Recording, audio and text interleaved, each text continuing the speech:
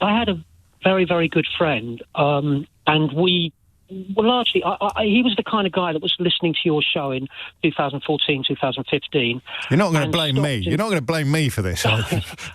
Go on. Really, I'm not going to blame you. It was in 2016 when I started disagreeing with him, but it was disagreements that I'd had with other people, so I didn't regard them as being hugely significant, largely to do with Brexit. Okay. Then he started supporting Trump, Right. which I thought was really odd because, again, it was kind of a liberal left thing. But again, I could kind of excuse that because I've noticed a lot of people on the left in America had gone from Obama to Trump. So I've made a lot of excuses for him.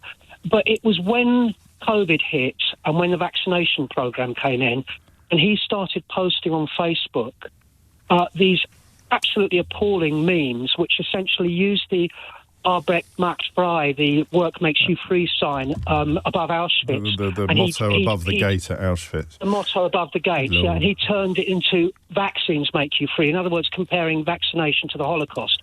And I felt that was unforgivable and was so disgusting. And by a horrible, horrible, dreadful irony, COVID actually killed him. And I went to his funeral because I felt duty-bound. But I remember feeling very, very uneasy because all of his family were aware of how badly he and I had fallen out. Right. How had they processed it? Because I mean, we all have the ability to compartmentalise and cauterize company, don't we? The closer you are to somebody, the harder it is to make that final breach. You, as a close friend, would find it easier to walk away than, for example, a mum or a partner.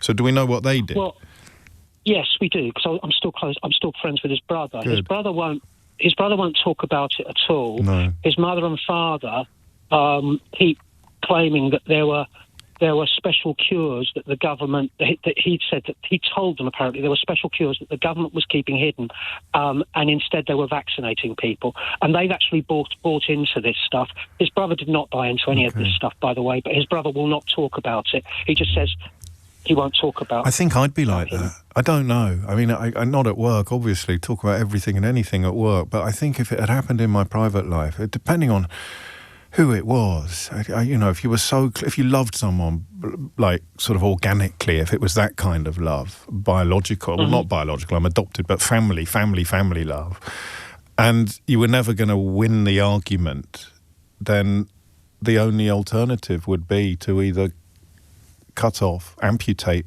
the relationship, or never, ever talk about it again. Yeah, and that's what his brother chose to do, and I think he's done that. I mean, he's done that's particularly acute actually since he passed away because obviously that is horrendous kind of salt in the wounds, if you like. That his brother did get vaccinated, which infuriated him. Really, and now he's dead. Yeah, he was livid, and now of course he's passed away, and his brother's fine. And was there a single moment? Was it the Auschwitz meme that you just felt constituted a point of no return for the relationship, not necessarily for his relationship with the conspiracy, but for your relationship with him? My relationship with him began to break down properly when I saw that he was also expressing support for people like Marine Le Pen. That's not a conspiracy theory. I mean, that far right. No, I mean, people have been drawn to racism throughout the ages, but that was more your sensibilities being offended rather than his relationship with reality being corrupted. Yes, but I felt he was becoming susceptible to ideas that all of democracy was sort of being manipulated by strange cabals, and that the only solution were people like Trump, or indeed Brexit was a solution to the cabals, right. And Marine Le Pen was a way of undermining the cabals of Brussels, etc. So it wasn't actually. I put it this way, I wasn't surprised when he turned out to be anti-vax. And I could even have forgiven that, to be honest with you. Sure. I probably could. But I couldn't forgive the meme. No, the co-opting of the Holocaust to support provably and demonstrably false beliefs is, Yeah, I think that would be a tricky point for me to overlook or forgive or indeed move on from. I think, and I know that I'm still not perfect at this, but I keep trying to reflect that we are only one part of the United Kingdom here in England. Thank you, Ben. He's not even in the United Kingdom. He's calling from Benidorm. During COVID, my mum was diagnosed with cancer, and so she was obviously vulnerable. Very close to my nan and granddad, who were very elderly. So we had quite a few vulnerable people that we were had to be careful around. Yes. It was when I think the first vaccine was due to come out, and my brother, he didn't really talk about it, to be honest. But it wasn't until I sort of, he was seeing my mum and my nan and stuff, and I'd say, have you had the vaccine? And he said no, that he hadn't, because they didn't think, they, meaning him and his partner, didn't trust in it. Which was really a shock to me, because, when I asked why, what was his reasons around not having it, he couldn't really answer. It was more like, it's not, we don't think it's good. We don't think it's good for you. And I plenty of times I've sat down and sort of said to him, what do you think? They're poisoning us, or, what do you think? Like, I couldn't get my head around why. No, you're like me. You're thinking, well, what are your qualifications? Almost. Where are you getting this stuff from? And also, listen, governments have made mistakes in the past, and they've covered things up in the past. But you'd need to come up with a very compelling account of why they would be doing this terrible thing to us, in order to make me think, even for a nanosecond, that they might be doing a terrible thing to us under false pretenses. Or to get rid of us all. All of us. What would be the plan? Who do I get to boss about if I've got rid of the entire population? Exactly. What's the point of being Prime Minister of nothing? Yeah, exactly? It's crazy. But I remember feeling extremely disappointed with more, because you can't cut, I certainly don't cut my brother off. But my mum sadly passed away, during the end of COVID sort of thing. So, and we're not very, we don't have anything to do with our dad. So we only had each other. So it's not as if, I could just cut, I couldn't cut him off. I wouldn't want to. But it's extremely disappointing. That's the only thing I can say, really, is that someone's so close to you when the evidence is there. But then, I've had friends as well. Friends have made comments about they did have the COVID vaccination, but they have said or mentioned, or there's been talk about it. And then you start to think, well, is it me? Is it me that's wrong? Yeah, I suppose you do, because you have respect for him and indeed for his intelligence. So you think, if he's ended up in this crazy, maybe I'm the one that's a little bit unhinged, but that you're not. So what do you do now? Do you just not go there? Do you just keep those doors closed? No, I do. We still have a good relationship. We do have a good relationship. No, that's what I meant. You just don't talk about certain issues. No, we don't. No, that's not true. Because I am a great believer in educating, and explaining, and for people to understand and potentially accept what you believe, or what you believe is right. You have to talk to them, and I will always talk to him about stuff. Calmly, and try and find reasoning, and I give him the tools to go and look at stuff. But if somebody doesn't go, it's life, isn't it? If somebody doesn't agree with you, it doesn't mean that I don't love them or I'll cut them off. Just certain elements that we just don't agree with. And that's the difference between relationships that you can't live without and relationships that you can, I suppose. And there'll be people listening to you who don't actually know which one they're in at the moment with regard to their conspiracy theorist subscribing loved ones. What does he get out of it, do you think? The point I tried to express in the introduction, I don't know if you heard it, was that they truly, truly believe it. It's easy to chalk it up, because I got my head turned a little bit by people in my line of work who couldn't get arrested but suddenly found a new lease of life punting these theories online, and even, God forbid, on some television stations. And you sort of think, well, yeah, you're doing it for money. It's obvious. But actually people genuinely believe it. It's not just a snake oil salesman. Your brother gets nothing out of it except what? Well, exactly, which was my question. as to what, why do you feel like that? What have you been looking at? Where have you got this information from? And he couldn't answer any of that. It's strange, isn't it? Yeah, and it's just. I mean, how do you try and teach someone that's not willing to learn or even look at something? You can't. And yet he thinks he's learnt it all. He thinks he's got all the answers. That's why I find this whole area of human behaviour so fascinating. And while it's not new, we seem to be very much at a peak at the moment of this kind of thing. And that's why the story of Constance Marten and Mark Gordon brought it into such sharp relief. That, as I say, is what happens if you end up at the very bottom of these rabbit holes. But so many people are in the entry stages of these rabbit holes or teetering on the edge. And it's when you watch it happening to someone that you love that you feel the things that Kaylee has expressed so perfectly. It was my mum, really. So during COVID, my 20-year-old son needed a second liver transplant because his first one had failed. Right. And you could understand that as he'd had a previous liver transplant, he was immunosuppressed. Yes. So the first problem was she didn't believe that COVID was a thing.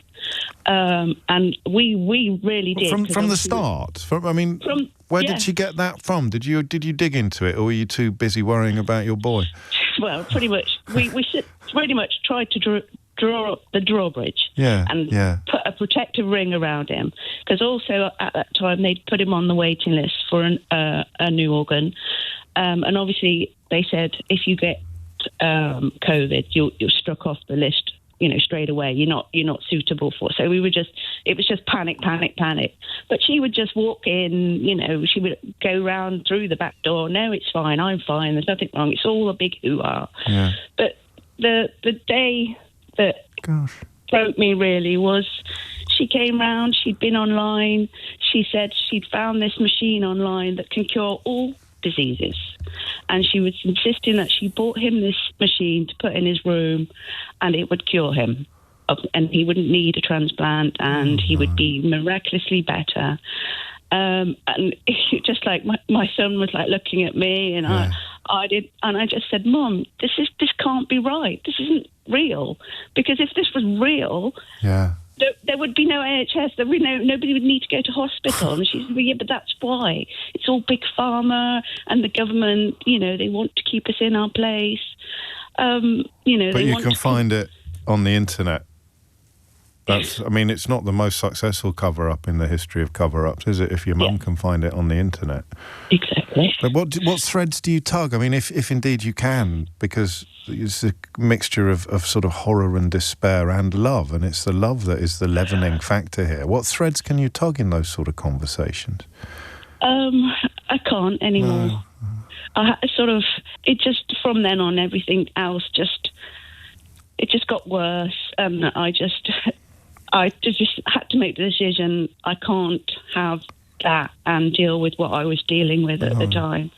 So she's sort of at an arm's length, and she knows now she can't ring me up with these things and tell me these things that she can't convince me. So to her, I'm a lost cause rather than I think she's a lost cause, if you know what I mean. Of course I know exactly what you mean. What do you think? I mean, you can't really talk about the single biggest factor in this, can you? Because it's incremental. It's several pieces of a pretty hideous jigsaw. But when you look back over your life, is there anything you sort of think that would have been an indicator that she might have gone down this route, that she might have been susceptible to this kind of nonsense?